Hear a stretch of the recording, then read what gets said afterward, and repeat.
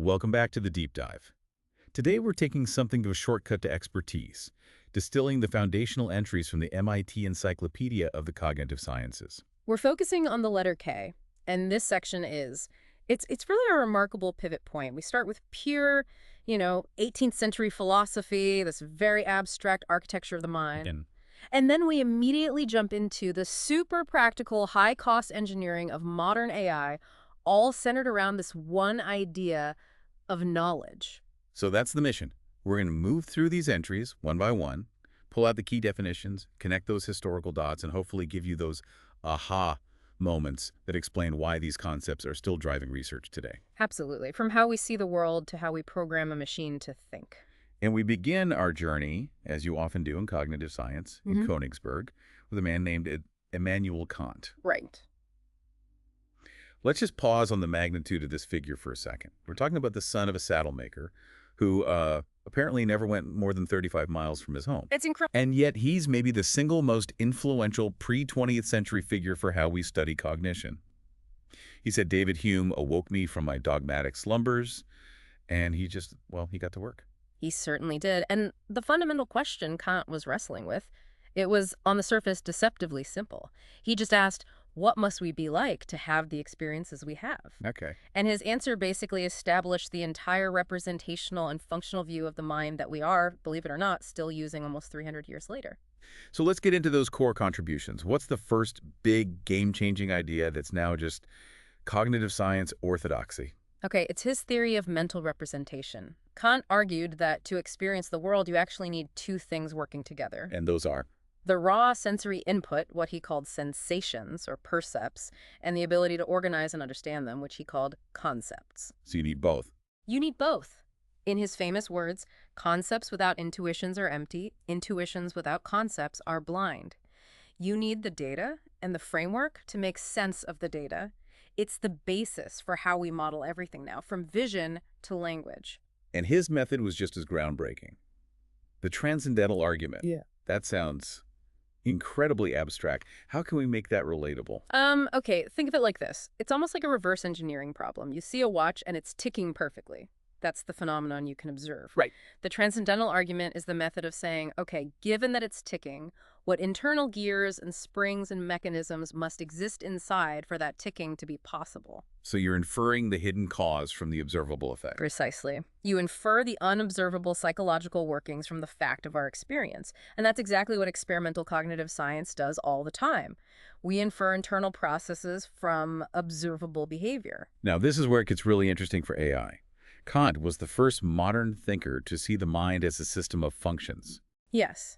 He saw the mind as a machine that transforms input the percepts into output, which are the representations. And this idea, well, it very strongly anticipates functionalism. And functionalism is probably the most dominant philosophy of mind today. For our listener, why was that idea so revolutionary? Because it separates the mind from the hardware. It says that what the mind isn't defined by what it's made of, like a brain or silicon or, whatever. But by what it does. By the functions it performs, exactly. And that move allowed cognitive scientists to study thinking abstractly as an information processing system. It made the whole field possible, really. He also got ahead of the curve on the idea of specialized components, right? His theory of mental faculties.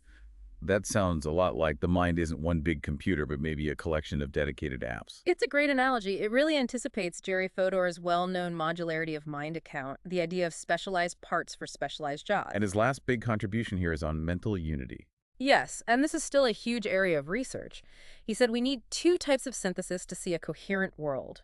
First, you have to synthesize all the separate sensory bits, the redness, the roundness, the hardness, into a single object. An apple. An apple. And today, we call that the binding problem, don't we? We do. Yeah. It's the challenge, studied by people like Treisman and Gillade, of how the brain takes features processed in different places and just seamlessly binds them into one thing. Kant nailed that challenge centuries ago. Okay, so that's the first synthesis. What's the second? That's the unity of consciousness. Yeah. That's where you tie all the individual objects, the apple, the table, the lamp, into one single global representation of a coherent world. It's why you experience a scene, not just a random collection of things. An amazing legacy. He really did provide the blueprints. Okay, before we jump to computers, The encyclopedia has a quick entry for kinds, which just points the reader to natural kinds. Right. And now we make that sharp turn into the computational world with knowledge acquisition, or KA. If Kant gave us the philosophy, KA gives us the gritty engineering reality of actually putting knowledge into a system. And KA is defined as that phase in building an expert system where you have to identify, record, and somehow get all this technical knowledge, the expertise, into a form a computer can use to solve problems. And here's the absolute core insight, the one that defined the field for decades. KA is usually the most expensive, most time-consuming part of the whole process. Because it's a human problem. It's a human problem. It's so hard to get knowledge out of an expert. A top doctor, for example, they can't always tell you the subtle cues they're responding to. It becomes tacit knowledge. They just know. And you can't just read the manuals. The manuals are incomplete. Or worse, they contradict each other. Or you get two world-class experts who completely disagree on how to do something. The knowledge engineer is stuck in the middle. So how do you get around that? The encyclopedia says you have to focus on the method first. Exactly. You have to decide how the system will solve the problem before you gather the knowledge. Let's use an old VCR repair example. Okay. If you decide your system will just use simple symptom-to-cause rules, like if the tape is chewed, check the pinch roller, then you only need that shallow knowledge. But what's the alternative? The alternative is a deep model. If you decide the system needs to diagnose by simulating component failures on an internal schematic, well, now you need to acquire a complete model of every single circuit and gear. The knowledge you need completely changes with the method you choose. I see. And I assume we've tried to automate this. Of course, there are tools for checking consistency. But the huge leap forward really came from machine learning. Which kind of sidesteps the problem of interviewing the expert. In many cases, yes. Machine learning can train a system on its own, using huge amounts of historical data like thousands of successful repair logs. If you have that data, KA becomes much, much more efficient because the system finds the patterns itself. And this acquisition process naturally leads us to the systems themselves. Knowledge-based systems, or KBS. This is that subfield of AI, sometimes called intellectual cloning. And that phrase, knowledge-based, is so important. Early AI, like the general problem solver, was all about finding very general methods. Right. KBS flipped that. Its power comes from what it knows, a huge body of very specific, domain-specific knowledge. And that mirrors human expertise, right? A chess grandmaster isn't automatically an expert physician. Knowledge is specialized. This focus is even built into the architecture. There are two common features. First is the separation of the inference engine from the knowledge base. Yes. The inference engine is the simple interpreter, the part that runs the rules. The knowledge base is just the big library of all the task-specific facts and rules. And the second feature is using declarative representations. What does that mean in simple terms? It just means the knowledge is written down in a way that's independent of how it will be used. This is huge for maintenance, because you can update what the system knows without having to rewrite the core logic of how it thinks. We should probably touch on some of the classic examples that prove this all worked. Oh, absolutely. You have Sissin, which was one of the first to argue that knowledge lets you skip all that slow brute force searching. You could just know what to do. And then came Dendril. Dendril was a watershed moment. It figured out chemical structures. The number of possibilities was astronomical, millions. Dendril worked not by searching faster, but by using its chemical knowledge like knowing the fingerprints in mass spectra to cut down the search space before it even started. So knowledge is power, literally. Literally. And then you have MYCIN, the classic KBS for diagnosing infectious diseases. It had about 450 if-then rules, and this is key. It could actually explain its reasoning to a doctor. And the commercial results were pretty good. Pretty good is an understatement. Look at XCON, the system that configured DEC-VAX computers. Humans made errors about 15% of the time. XCON's error rate was under 3%. Wow. And DEC estimated that XCON and systems like it saved the company over $1 billion. $1 billion. Okay, so that's not just intellectual cloning. That's printing money. And it cemented the whole knowledge-based approach. And, theoretically, it was valuable too. Building these systems forced experts to make their mental models explicit, which illustrated Alan Newell's idea of the knowledge level, being able to talk about what a system knows without getting bogged down in the code. A quick note on the next entry, knowledge compilation.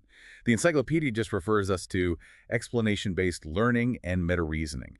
But what's the core idea? It's all about efficiency. Knowledge compilation is about turning slow, deliberate reasoning into fast, automatic reactions.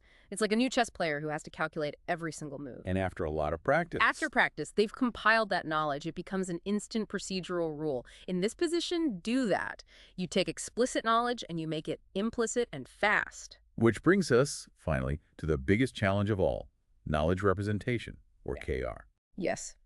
KR is the huge question of how you actually encode information so a computer can use it. And the first big challenge is what we call knowledge engineering.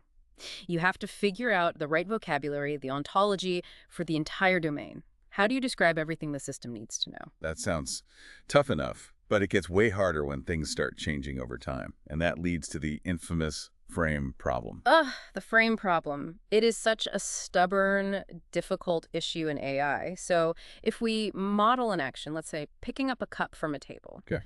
the program has to know what changes. The cup is now in your hand, but it also has to know what doesn't change. And the system can't just assume. It has to be told explicitly that the cup's color didn't change, the table is still there, the walls are the same color. And the list of things that don't change is basically infinite. It's effectively infinite. You have to state everything that is preserved, the frame around the action, and formalizing that is computationally insane. It's this lack of common sense, this inability to assume that things stay the same unless acted upon, that's just a killer for these formal systems.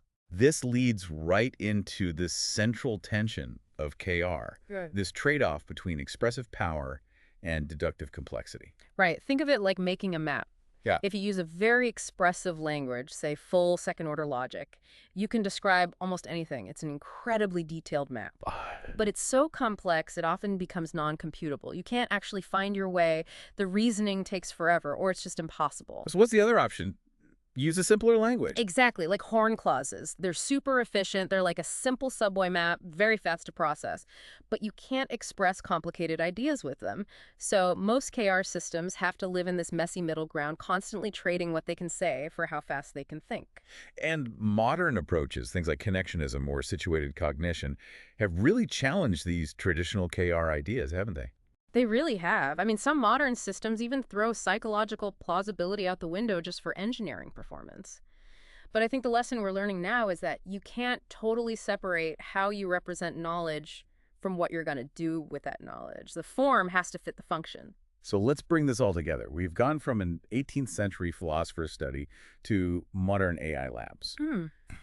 If you had to synthesize these K concepts, what are the three big takeaways? Okay, three things. First, Kant. He laid the foundation we still build on, the mind as a functional representational system. That's number one. Number two.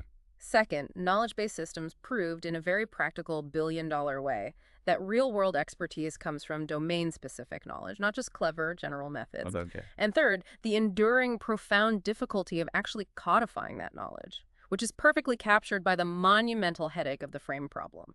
We know that knowledge is power, but getting it into a machine is just brutally hard.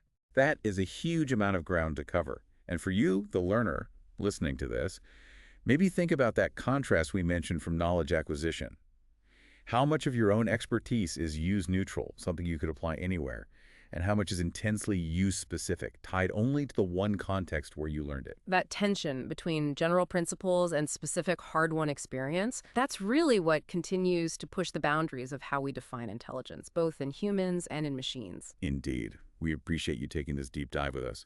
Until next time, keep thinking.